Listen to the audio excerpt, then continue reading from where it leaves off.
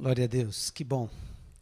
Queria que você abrisse a sua Bíblia em Atos 9, finalzinho do capítulo, e nós vamos olhar agora para um pouco do ministério de Pedro.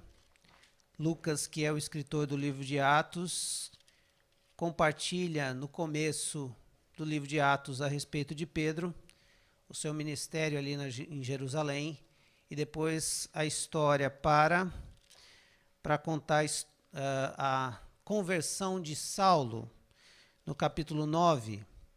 E nessa conversão de Saulo, então, Deus está revelando algumas coisas importantes.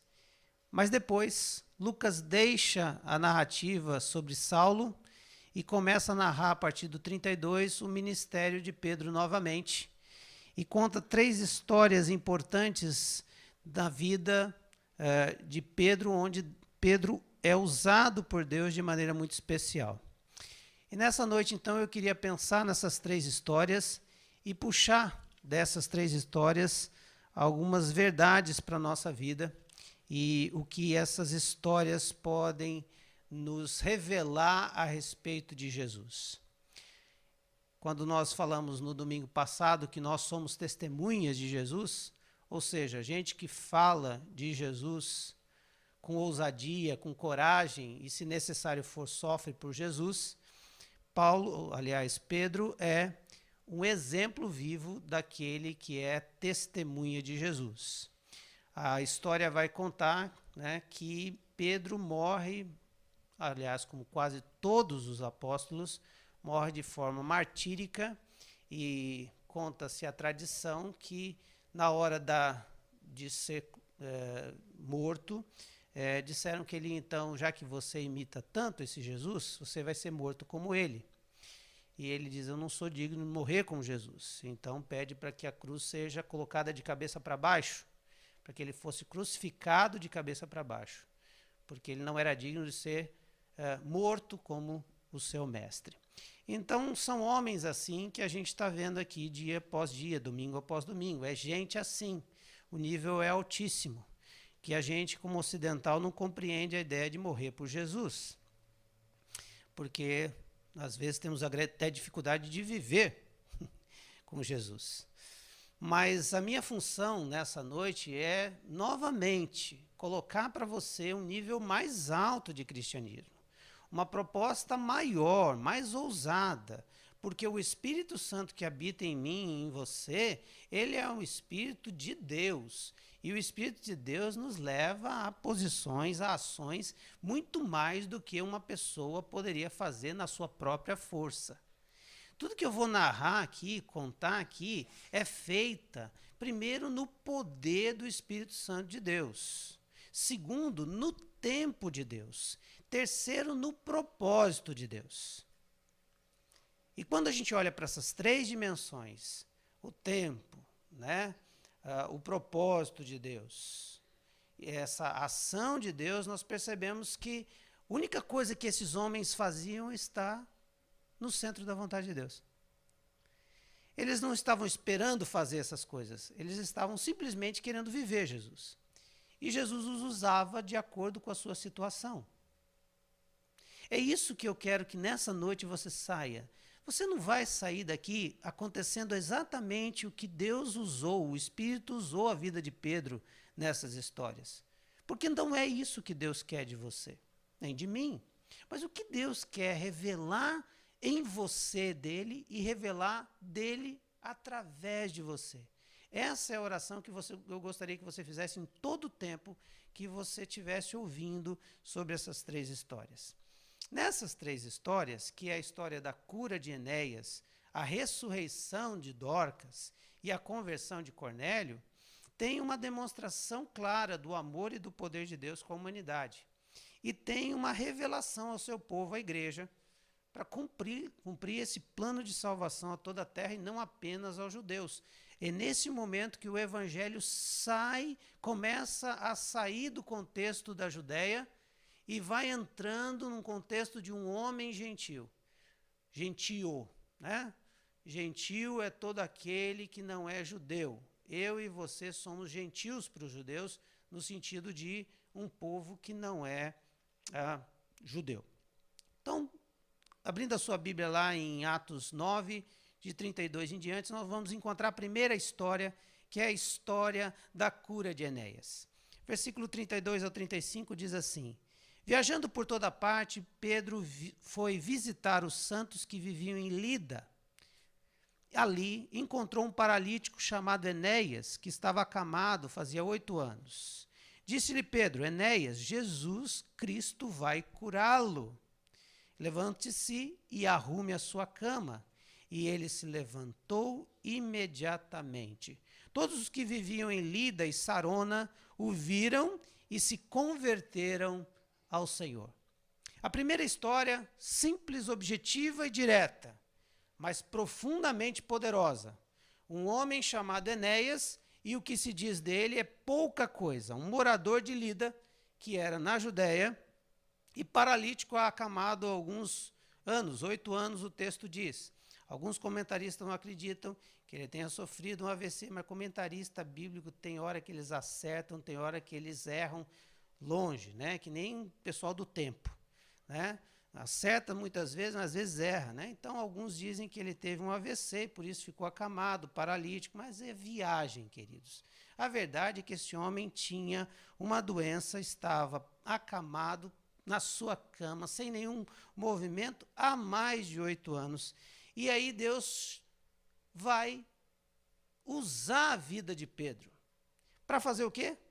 Para curar. Simples assim. Chegou, olhou e olhando para aquele homem, imitando Jesus, diz para ele: Enéas, Jesus Cristo vai curá-lo, levante e arrume a sua cama.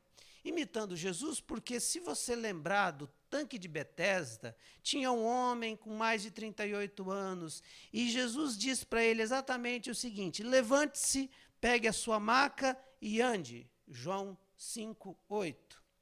Eu acho interessante essa expressão de que a mesma expressão que Pedro usa, Enéas, Jesus Cristo vai curá-lo, levante-se e arrume a sua cama, é a mesma expressão que Jesus usa, porque mostra claramente um homem extremamente discípulo de Jesus, que quer imitar Jesus em todas as suas ações. Ele nem usou frase diferente. Ele aprendeu, ouviu Jesus dizendo isso, sabia que Jesus tinha mandado ele falar isso e falou exatamente as mesmas palavras que Jesus falou.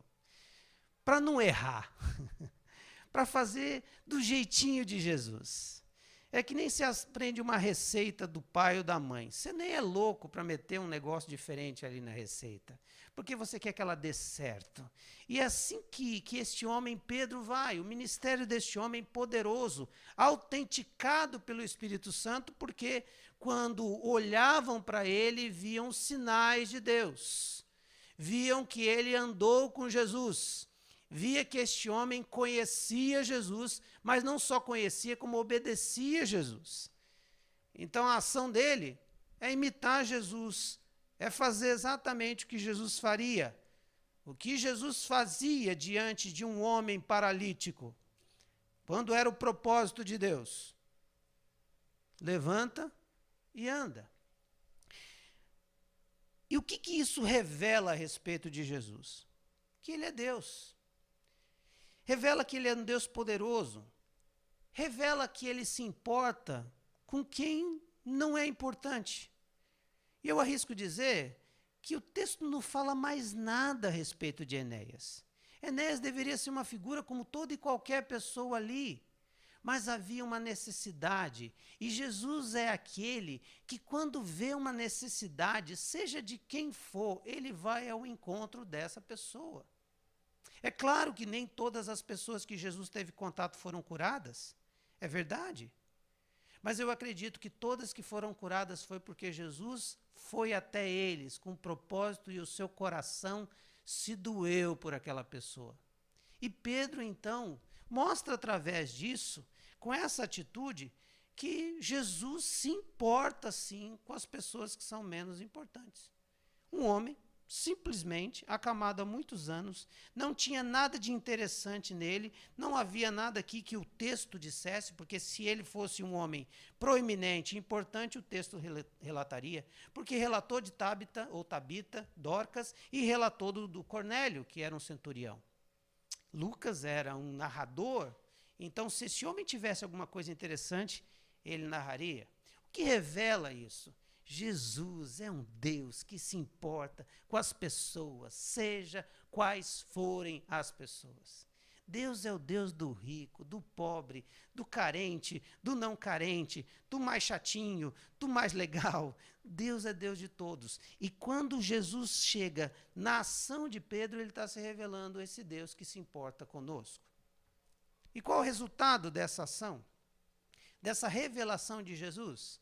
Se revelando um Deus poderoso que se importa com essas pessoas, o resultado é salvação. A salvação chegou naquele lugar porque as pessoas viram Jesus revelado. Viram Jesus se revelando através dessa situação. Viram, olha só, o que está acontecendo com Enéas? A gente viu Enéas e agora a gente vê Enéas curado. E aí o versículo 35 diz que todos os que viviam em Lida e Sarona o viram e se converteram ao Senhor. A segunda história é parecida com essa. Tem os mesmos elementos. Deus se revelando. Deus se revelando na pessoa de Jesus, porque Jesus é a revelação de Deus. Quem quer ver Deus? Eu. Então olha para o Filho. Os discípulos estavam dizendo, onde sou eu? Puxa, eu queria conhecer Deus, revela Deus. E ele fala, eu estou aqui tanto tempo e vocês ficam fazendo essa pergunta. Quem vê a mim, vê o Pai. Então, quando Deus se revela na pessoa do seu Filho. E a segunda história coloca um ingrediente mais ainda, de Deus se revelando às pessoas e usando as nossas vidas para se revelar. Deus quer revelar-se o seu poder através dos seus servos. E lá está novamente essa história, com os mesmos elementos de Enéas, só que agora com Dorcas. E a questão é que Dorcas não estava doente. Dorcas estava morta. O texto vai dizer que ela tem esses dois nomes, porque no mundo oriental antigo era comum uma pessoa com dois nomes. Um nome hebreu e um nome grego. O nome hebreu, Tabita, e o nome grego, Dorcas. E quando ela é moradora de Jope, também na Judéia, mas tem uma característica que o texto diz, que ela era uma discípula. E não pode-se dizer discípula aqui de qualquer outra pessoa a não ser discípula de Jesus. Porque Pedro foi visitar alguns irmãos, alguns santos daquele lugar. O versículo 32 vai dizer que, viajando por toda parte, Pedro ia visitar os santos que viviam em Lida e também nas outras regiões. Essa mulher, temente ao Senhor, morre. Um grande ensinamento para nós. Às vezes a gente tem uma teologia de que coisas ruins não vão acontecer com gente crente. Você já viu isso? Acontece. Porque nós estamos no mundo, sujeito às realidades do mundo, situação no mundo. Você pode bater o carro. Não é que você pode, nem deve, mas pode acontecer. E tem gente que fica num estresse tão grande porque, meu Deus, por que aconteceu isso com um crente? Porque você saiu com o carro. Né? O único jeito de você não sofrer um acidente com o seu carro dirigindo é você não estar dirigindo, é só isso. Mas é natural. E essa mulher morre, mesmo sendo discípula de Jesus. Outra coisa, mesmo ela sendo uma discípula dedicada e praticava as boas obras e dava esmolas. Veja, que coisa interessante, a característica que o texto vai dizer, que Lucas vai expressar, que ela era uma discípula, é porque esta mulher praticava boas obras e dava esmolas. Uma característica que fazia dela uma pessoa que imitava e que revelava Jesus. Então, essa postura dessa mulher o fazia de discípula. E por ela ser uma pessoa tão bondosa, tão cheia do amor de Jesus, ela fazia roupas, túnicas, outras roupas que os textos vão dizer. E, na verdade, essa mulher era uma que tinha os olhos de Jesus. Sabe daquela pessoa que não consegue ver a dor do outro e ficar parado? Ela não devia ser rica. Porque se fosse rica, o texto ia dizer, e sendo a discípula rica. Não, ela era uma pessoa como todo e qualquer. Mas ela entendeu que ela precisava revelar Jesus nas suas atitudes. Revelar Jesus quer dizer mostrar como Jesus faz. E o que Jesus faz? Ama as pessoas e cuida das pessoas. E foi isso que ela fez. Ela tinha um contato com todas as viúvas daquele local e ela vestia essas mulheres. Ela costurava, sei lá o que ela fazia. Só sei que essa mulher, de alguma forma, mostrava-se tão graciosa, cheia do poder de Deus e do amor de Jesus, que ela se torna essa discípula que faz falta. Porque ela morre. Quando ela morre, fez falta. Discípulo de Jesus, que faz a obra de Jesus, é discípulo que quando falta, faz falta. Gente que é só seguidor de Jesus, quando falta, não faz falta. Gente que só pensa no evangelho cultural, quando falta no corpo, não faz falta. Mas gente que é discípulo de Jesus, que soma com o corpo, que está ali junto, que está servindo a comunidade, quando falta, faz uma falta imensa. A prova disso é que no versículo 38, mandaram chamar ele, mas essas mulheres choravam ali no versículo 39. Pedro foi ter com eles e quando chegou lá foi levado para o quarto e todas as viúvas o rodearam, chorando e mostrando-lhe os vestidos e outras roupas que Dorcas tinha feito quando ainda estava com elas. Uma mulher que revelava Jesus. Como? Servindo as pessoas. Pedro revelava Jesus porque ele tinha um sinal do ministério apostólico e quando um homem estava doente, ele foi lá, entendeu que Jesus tinha mandado curar e disse, Jesus me mandou dizer o seguinte, levanta e toma tua cama. Revela Jesus. Mas essa mulher também revelou Jesus nas ações dela. Esse é o ponto mais importante desse texto aqui.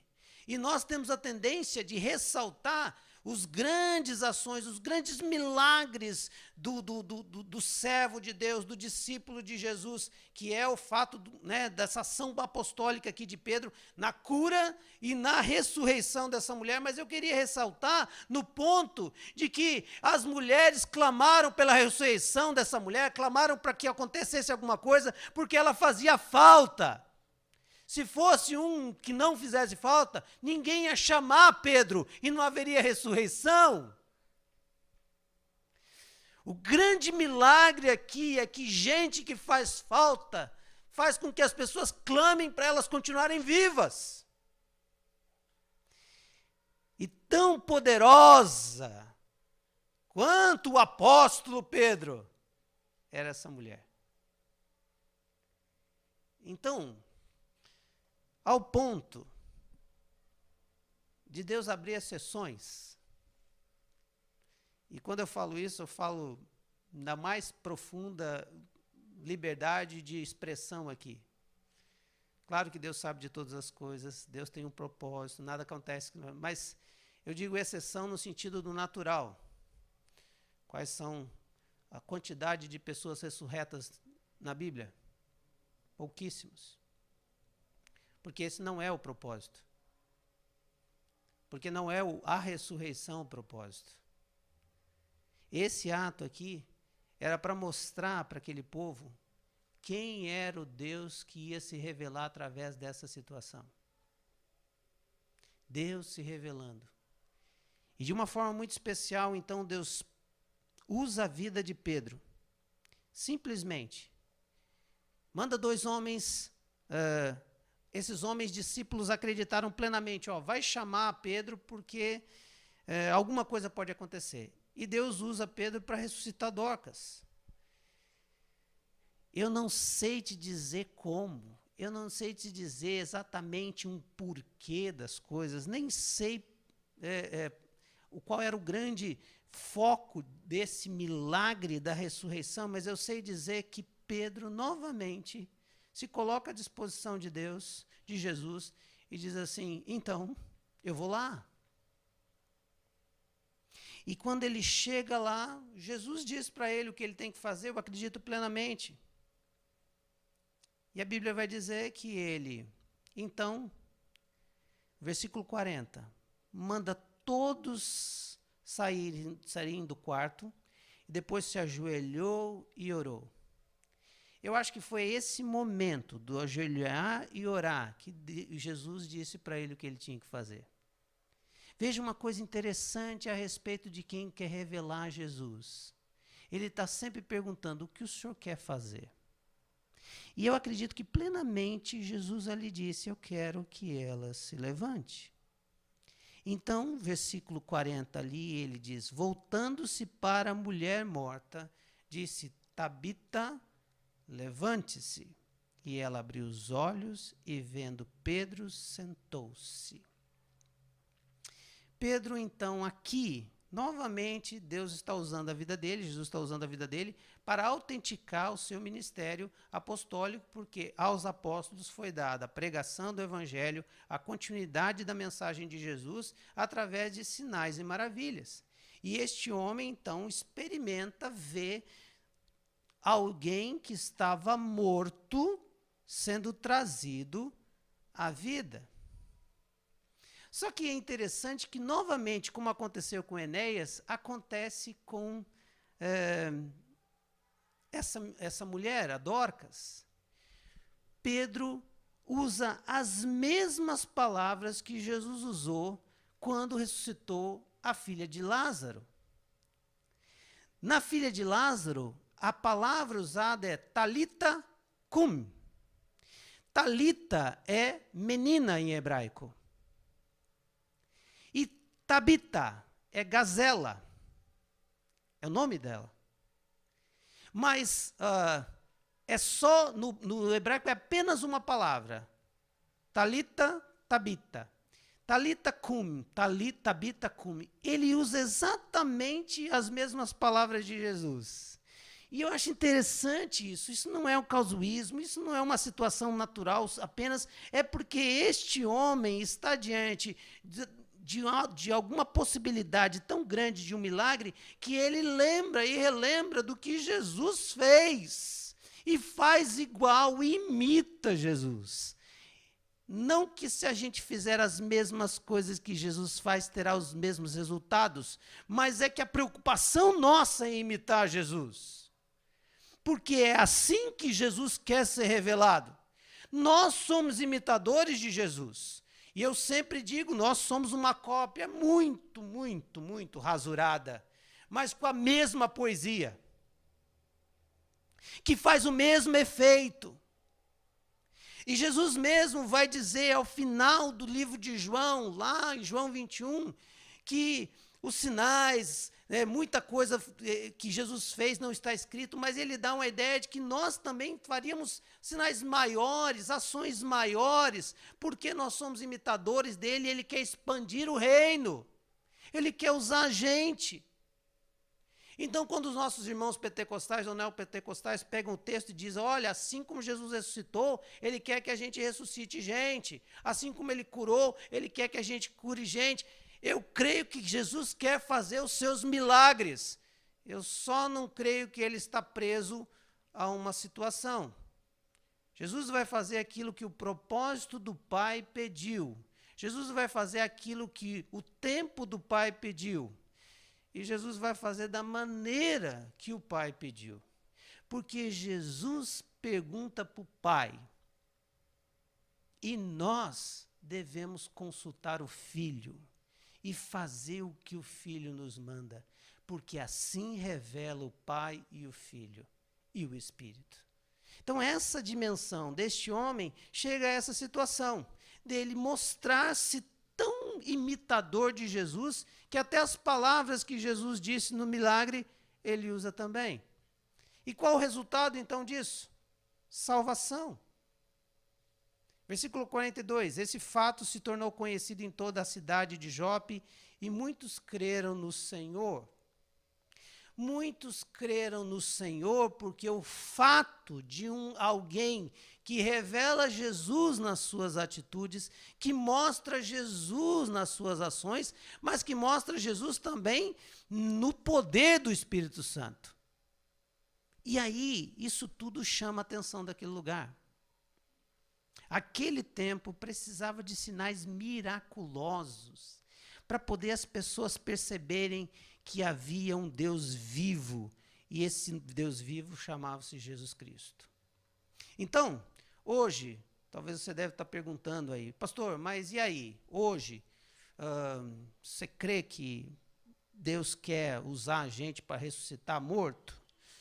Querido, eu não sairia indo nos necrotérios, nem sairia indo em culto fúnebre orando por gente morta. Não faria isso. Mas quando nós olharmos para a história, e se você observar, o que Deus quer revelar? O seu poder. Então há relatos, por exemplo, em tribos lá da África, que Deus usa situações e circunstâncias poderosas para isso. Eu mesmo tenho um amigo que era o nosso cinegrafista lá na PIB e foi ser cinegrafista de um pregador dessa linha mais avivalista. E esse pregador ficou sabendo dessa história numa tribo lá, que o pastor foi morto e depois de 5 dias, orando por ele, houve uma ressurreição. Agora, esse é o foco? Não. Com toda a liberdade, esse não é o foco. O que Jesus quer é mostrar o seu poder, porque aquele lugar o nome dele foi glorificado. Nós estamos aqui para glorificar o nome de Jesus e para revelá-lo às pessoas. Agora, às vezes, Deus quer se revelar a gente, porque a gente precisa ser transformado e crer nele. E olha só o que acontece na outra história. A última história que eu quero narrar para vocês, que é a história do centurião Cornélio e a sua conversão. Jesus vai se revelar para Pedro. Jesus vai se revelar para Pedro um Deus que é acima do que ele pensava. Veja, Jesus se revelou quando chamou Pedro em Lucas 5 para ser pescador de homens. Jesus se revelou quando Pedro trai e Jesus morre, mas ressuscita e na praia vai até ele e diz, olha, né, eu estou te chamando, tu me amas, então você vai ser pescador. Não, você vai ser, apacenta as minhas ovelhas. Primeiro ele chama para ser pescador de homens, depois ele chama para ser pastor de ovelhas. E este homem, então, com esse contato maravilhoso com Jesus ressurreto na praia, e depois esse poder maravilhoso em Atos 2 do Pentecoste, e ele experimentando este grande poder de Deus em sinais e maravilhas, ao ponto das pessoas até crerem que o lenço dele, a sombra dele curava, um homem que estava aparentemente tendo todas as mais importantes revelações de Jesus, não entendia Jesus direito ainda. E Jesus tem que se revelar a ele. E o jeito de Jesus se revelar a ele é mexendo nos conceitos que estão bem quietinhos lá, nas gavetas da nossa alma e do nosso coração. Jesus teve que dizer para aquele homem que ele era preconceituoso. Jesus teve que dizer para ele que ele era racista. Jesus teve que dizer para ele que ele estava fazendo acepção de pessoas. E para isso Jesus teve que se revelar a ele. A história começa com Jesus se revelando a um homem chamado Cornélio. E quem é Cornélio? Cornélio é um morador de Cesareia, então na Judéia, até aí tudo bem, mas ele era romano, portanto, gentil. Então, das histórias que nós estamos contando, nós falamos de alguém que era judeu, Enéas, de alguém que era judia, Dorcas, Tabita, e agora nós estamos falando de um homem que não era judeu, que era um romano e que era um soldado, ou seja, um líder de um centurião, ou seja, um líder de 100 soldados de um regimento chamado italiano. Então, além desse homem ser um gentil, ele era um homem que matava pessoas e que vivia na guerra e que mexia com sangue impuro e que era mau. Então, os conceitos de Pedro a respeito desse homem seria que não cumprimentaria ele na rua, que não chegaria perto dele, porque ele era impuro. E aí, Jesus se revela a este homem em primeiro lugar, porque a Bíblia vai dizer que ele era um homem temente a Deus, e que era temente a Deus porque ele acreditava no Deus que Israel pregava. O Deus que Israel pregava, o Deus do judaísmo, era um Deus que estava embasado na lei, embasado no templo, embasado nos cultos, nos sacrifícios, mas também em esmolas, ofertas e oração continuada diante de Deus. Um bom judeu era aquele que fazia ao 8º dia, ele era circuncidado. Depois, um bom judeu era aquele que cumpria as leis de Israel, as leis de Moisés. Um bom judeu era aquele, então, que dava ofertas e esmolas e dava os dízimos. E um bom judeu era aquele que orava nos horários que estavam estabelecidos. Este homem só faltava uma coisa, ele não era circuncidado. Então, ele era chamado de temente a Deus. Ele não era um prosélito, porque faltava circuncisão, mas ele era quase isso. Esse homem estava em busca de Deus, em busca de Jesus, querendo a revelação do Messias de Israel. E Jesus se revela a ele, se revela através da pessoa do anjo, dizendo que Deus ouviu as orações dele e as esmolas que ele dava tinha chegado a Deus como memorial. No próximo domingo que eu pregar, eu vou trabalhar nas repercussões dessa história. Mas hoje eu queria me atentar à pessoa de Cornélio e à pessoa de Pedro, como Deus se revelou a eles. Deus, então, se importa com esse homem e vai dizer a ele que tem alguma coisa para terminar nessa caminhada de busca dele com Deus. Tem ainda alguma coisa a se fazer. E essa coisa que tem a se fazer, ele ia revelar através de um homem chamado Pedro, Simão, que ia ser chamado para isso. Então ele diz, olha, vai até tal lugar, na casa do Simão, curtidor de couro, e traga um cara chamado Pedro. Este homem vai dizer o que fazer. Este homem, Cornélio, um centurião romano, um gentil, Deus se revela a ele, na pessoa de Cristo, na pessoa do anjo, e vai dizer, Cornélio, eu estou vendo o seu desejo de me encontrar. E tudo que você está fazendo não é em vão. Só que está faltando uma coisinha, algo que vai fazer toda a diferença. E eu quero que você chame Pedro, e Pedro vai contar isso para você. Ao mesmo tempo, então, que Jesus está se revelando a este homem Cornélio, Jesus vai se revelar a Pedro. Pedro, o crente. Pedro, o discípulo. Pedro, o apóstolo. Pedro, o homem que tinha visto Jesus vivo, morto e ressuscitado. Tinha visto Jesus de todo jeito. Tinha visto as revelações de Jesus. Ele estava lá naquela casa quando Jesus passa pela porta. Meu Deus, até nós crentes ia ficar com medo desse negócio. E fala assim, ó, tá aqui, toca aqui. Mas ele não tinha entendido algumas revelações mais profundas. E a revelação profunda que ele não tinha entendido é que Jesus não tem fronteira. Que Jesus não tem pessoa que ele não quer salvar. Que Jesus não tem gente que ele diz assim, esse não merece. Ou esse não vai ser salvo. Ou esse eu não quero salvar. Jesus não tem esse tipo de postura. Tem uma resposta a todo mundo. Jesus se revela a Pedro, então, através dessa visão do céu, que está lá em Atos 10. Outro tempo eu vou trabalhar melhor essa história. Mas nessa situação, ele vê um lençol descendo do céu e naquele lençol tem todo tipo de animal silvestre e animais impuros para os judeus. Então tinha ali gaivota, tinha ali passarinho, tinha ali, deveria ter um porquinho, né?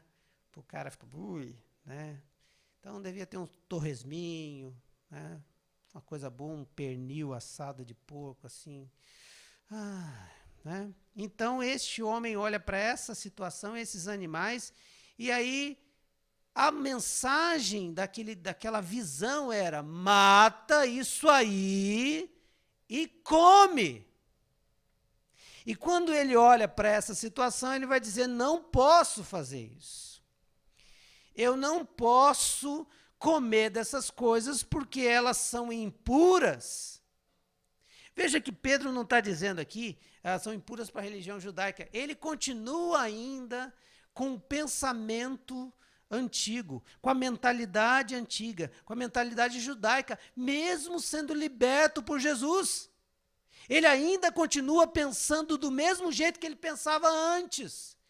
E Jesus tem que, através dessa visão, dizer, você não pode dizer que algo é impuro se eu purifiquei todas as coisas.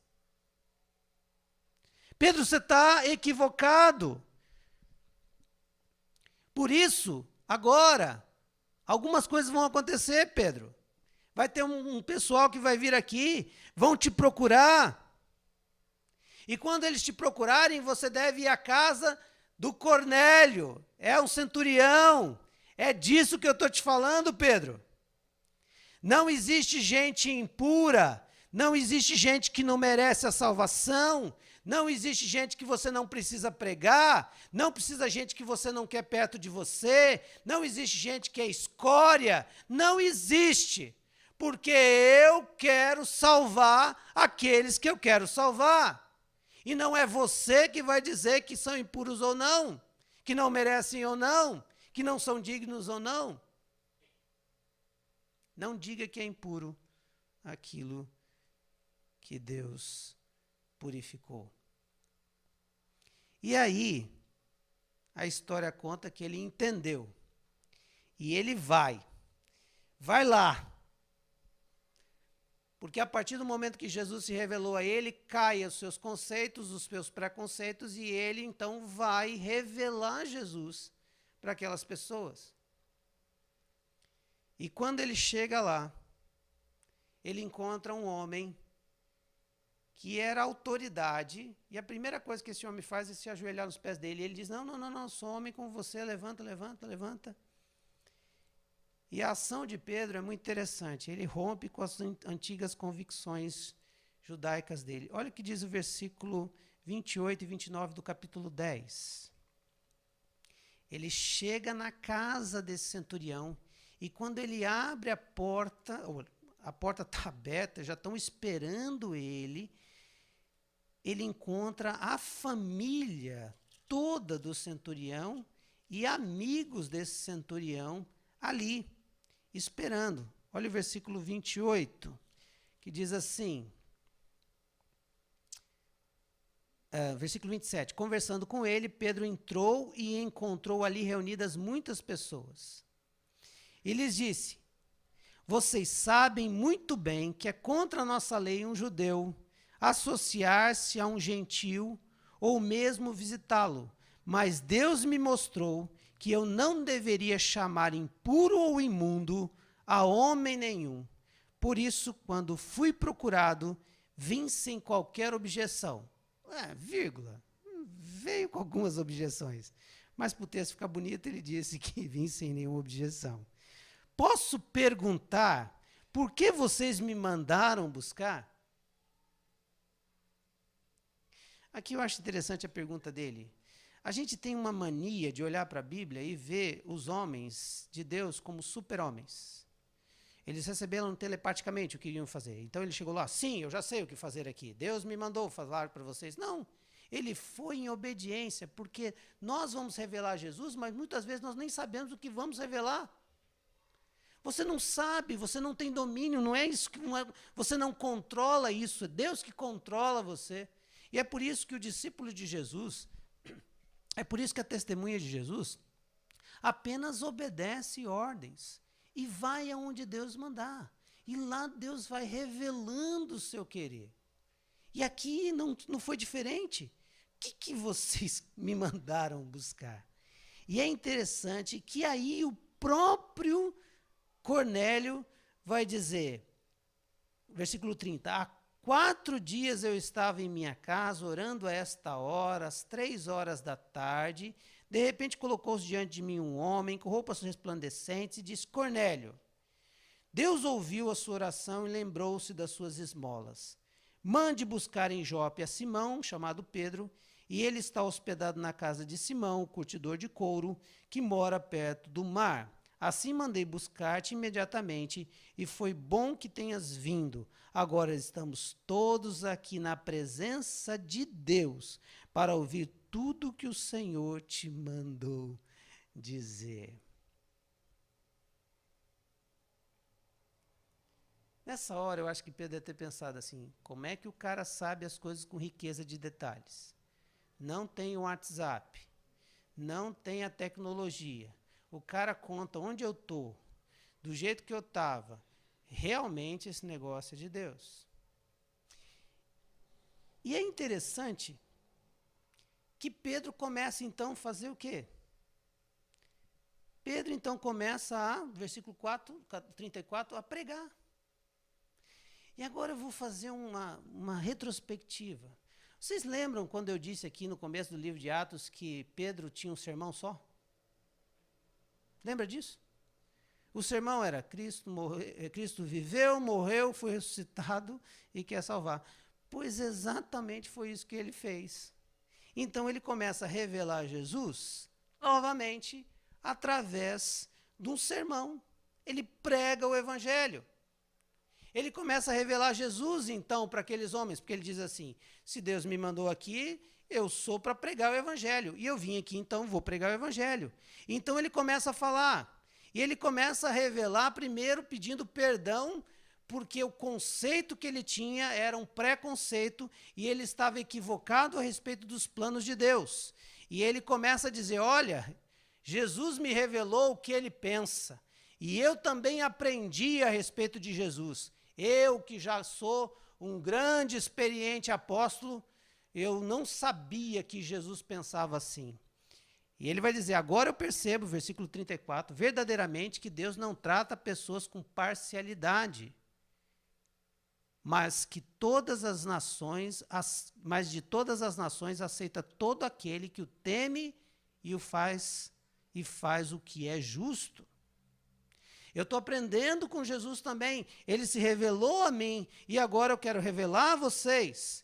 Eu quero revelar que ele é um Messias enviado de Deus, que traz paz. Versículo 36. Vocês conhecem a mensagem enviada por Deus ao povo de Israel, que fala das boas novas de paz por meio de Jesus Cristo, Senhor de todos. Eu quero revelar então para vocês, já que eu estou aqui, vocês estão ouvindo, eu quero dizer que Jesus faz coisas diferentes do que a gente imagina. Eu não estaria nesse lugar, mas já que eu estou aqui, então eu vou revelar Jesus para vocês. Jesus é a paz que Deus tem para a humanidade. Segundo, ele é ungido, ou seja, o escolhido de Deus para fazer as obras de Deus. Versículo 37 e 38.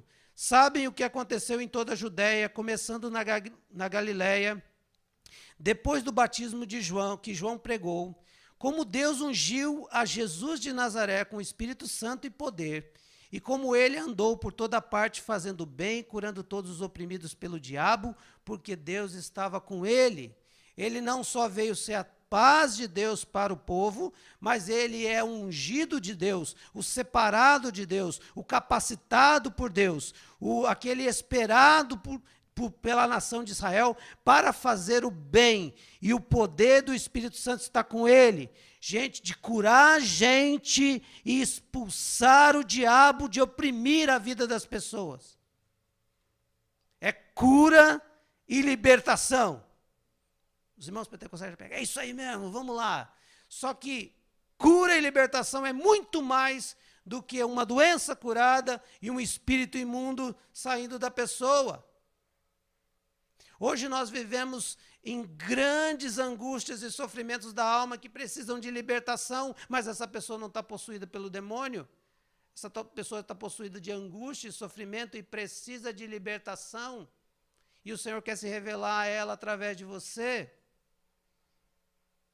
Ele continua dizendo, olha, além de ser um ungido que veio para fazer as obras de Deus, de curar e libertar pessoas, Jesus é esse juiz dos vivos e mortos porque ele venceu a morte, então ele tem poder sobre a morte. Versículo 39 a 42, nós somos testemunhas de tudo o que ele fez na terra dos judeus e em Jerusalém, onde o mataram, suspenderam no madeiro. Deus, porém, o ressuscitou no terceiro dia e fez com que ele fosse visto, não por todo o povo, mas por testemunhas que designara de antemão, por nós que comemos e bebemos com ele, depois que ressuscitou dos mortos. Ele nos mandou pregar ao povo e testemunhar que este é aquele a quem Deus constituiu o juiz dos vivos e dos mortos. Ei, pessoal que está ouvindo, Cornélio e o pessoal, esse é o Jesus que eu quero revelar para vocês esse momento. Vocês estão parados querendo ouvir o que Deus tem. Deus tem Jesus para revelar a vocês. Um Deus que traz paz, o ungido de Deus para fazer o bem, o juiz entre vivos e mortos, porque ele é o único que ressuscitou e não morreu mais. E outra coisa, é aquele que tem poder de perdoar pecados. Todos os profetas, versículo 43, dão testemunho dele, de que todo aquele que nele crê, recebe o perdão dos pecados mediante o seu nome. A coisa gostosa de ver isso, de ler esse texto, é saber que Deus nos usa quando nós revelamos a Cristo, quando nós contamos a história de Jesus. Pedro estava dizendo para aquele homem, olha, Jesus se revelou a mim, mas agora ele quer se revelar a você. Sabe por quê, Cornélio? Você é boa gente. Você é um cara que ora que nem os judeus. Você é um cara que jejua que nem os judeus. Você é um cara que dá oferta que nem os judeus. Você é um cara que espera algo mais como judeu. Você está muito perto do reino. Mas eu queria dizer para você que o que falta é Jesus. E eu vim revelar Jesus para vocês. O Ed René conta, quando ele prega sobre esse texto, que parece que o Espírito Santo achou que o sermão do Pedro estava muito longo e já veio no versículo 44. Enquanto Pedro ainda estava falando estas palavras, o Espírito Santo desceu sobre todos os que ouviam a mensagem. Deus está falando assim, acabou, já revelou meu filho, então agora, esses aí é o que faltava, revelou, agora eu vou enchê-los do Espírito, porque eu estou mostrando agora que vou fazer do mesmo jeito que fiz com os judeus, para que vocês saibam que não existe acepção de raça.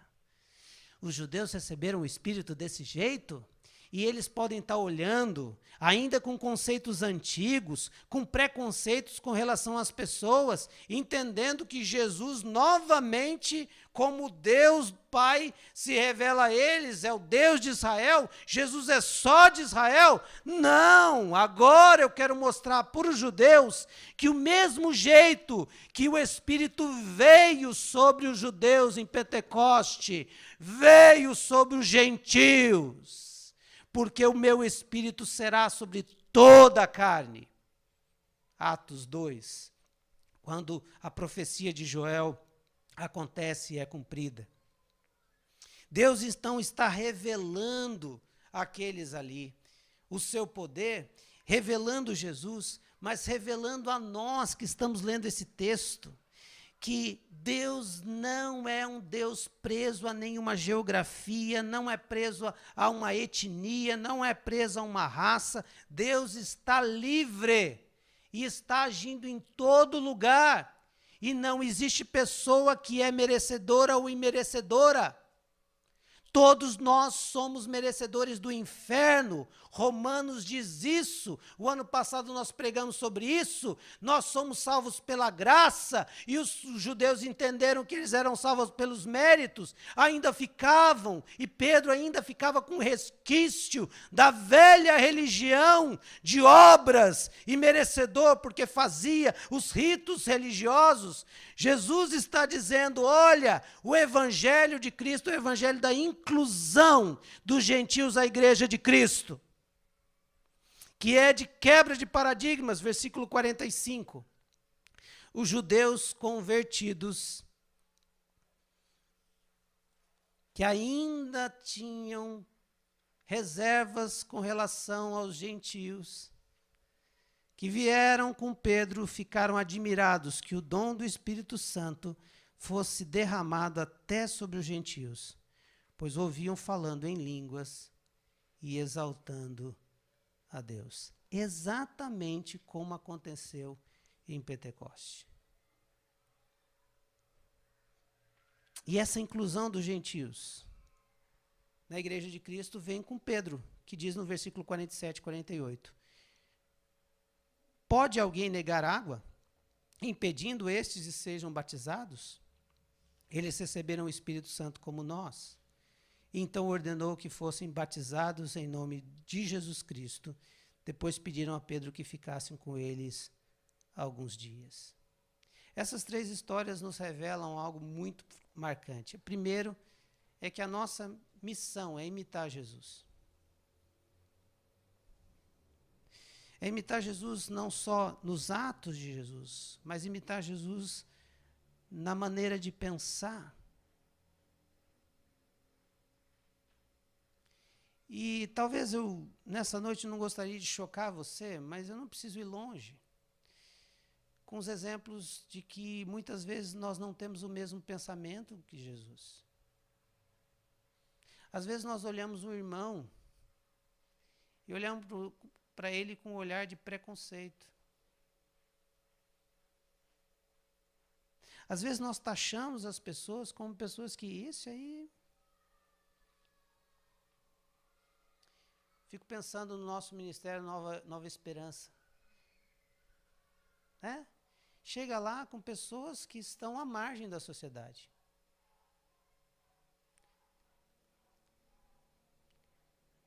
Às vezes a gente conversa com algumas pessoas e fica pensando, se essa pessoa tivesse um desejo de arrependimento verdadeiro, será que ele seria incluído no corpo de Cristo?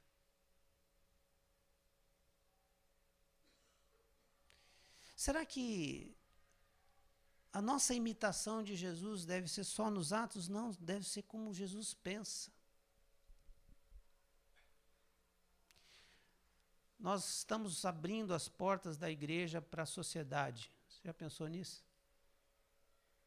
Já pensou quem vai frequentar a nossa igreja? Gente de todo tipo. Mas é isso que Jesus quer. Gente, nós nos incomodamos se chega um bêbado mal cheiroso aqui. É ou não é? É desagradável. fosse uma prostituta? Se fosse um drogado? Drogado mesmo, que está na noia?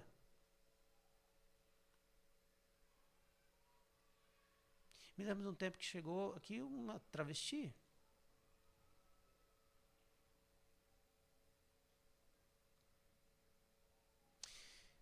É só para você dar um choque na sua mente de que Jesus não pensa assim. Jesus pensa que ele veio buscar e salvar quem havia se perdido. E como igreja de Cristo, nós precisamos orar para que nós não tomamos susto, para que Deus não tenha que colocar um lençol na nossa frente e dizer se mata e come. Para que a gente olhe as pessoas e diga assim, eu sou tão pecador quanto essa pessoa, e se Jesus alcançou a minha, é porque pode alcançá-la. E que a graça de Cristo que alcançou, também me alcançou, quer alcançá-la. E eu não sou melhor que ninguém, porque eu não quero ter a mentalidade do judeu, daquele judeu. Eu quero ter a mentalidade de Cristo, porque eu quero revelá-lo. A palavra de Deus vai nos mostrar que mediante arrependimento deve haver inclusão. E a igreja de Cristo, eu vou usar uma palavra que hoje está sendo difícil, mas quero explicar. A igreja de Cristo deve ser uma igreja inclusiva. Inclusiva não quer dizer aceitar as pessoas com seus pensamentos, querendo mudar a igreja. Isso não é inclusão. Inclusão é o seguinte, mediante arrependimento, pessoas querem o evangelho de Jesus. Nós não podemos ser aqueles que vão barrá-los nas portas. Porque Cornélio não queria fazer o cristianismo virar uma outra coisa, ele queria Jesus. Isso quer dizer que toda e qualquer pessoa que quiser Jesus precisa ser incluso, amado e incluído no corpo de Cristo. Mais difícil que ressuscitar a gente é amar a gente. Porque ressuscitar é o seguinte, o Senhor mandou ressuscitar? Mandou, então vou lá e oro. Levanta. Agora, o Senhor mandou amar. Então, nessa noite, eu queria dizer para você que antes de querer revelar Jesus para as pessoas, ore para ver se no seu coração Jesus ainda não foi revelado em algumas áreas. Eu estou fazendo essa oração. Feche seus olhos, eu quero orar com você, terminando esse tempo de culto.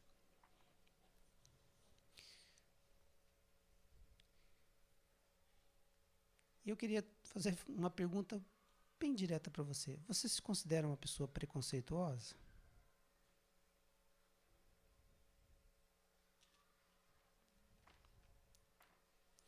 Você se considera uma pessoa que não consegue lidar com certas pessoas? Pois eu queria dizer para você que Jesus quer se revelar a você nessa noite como um Deus inclusivo.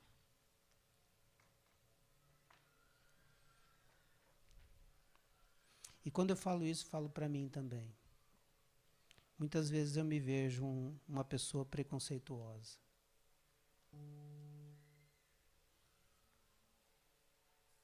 E uma vez eu li um livro e ele usava uma expressão muito pesada. Ele disse que Deus dava uma preferência aos pobres. Eu não concordo com isso. Deus dá preferência às pessoas. Porque Jesus não vê classe social. Eu não acredito que Deus dá preferência aos pobres. Eu creio que Deus dá preferência às pessoas.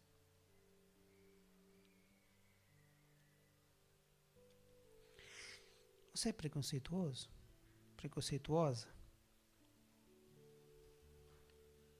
Engraçado que, como Pedro, a gente pode ressuscitar a gente, curar a gente, e ainda não conhecer o Jesus que está na gente.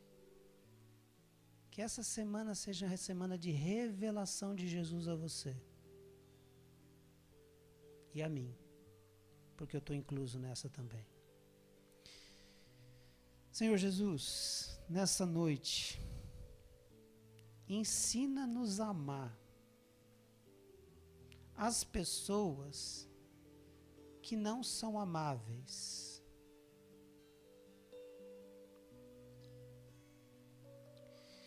Mas, Senhor, ensina-nos a perceber aonde o Senhor está se movendo.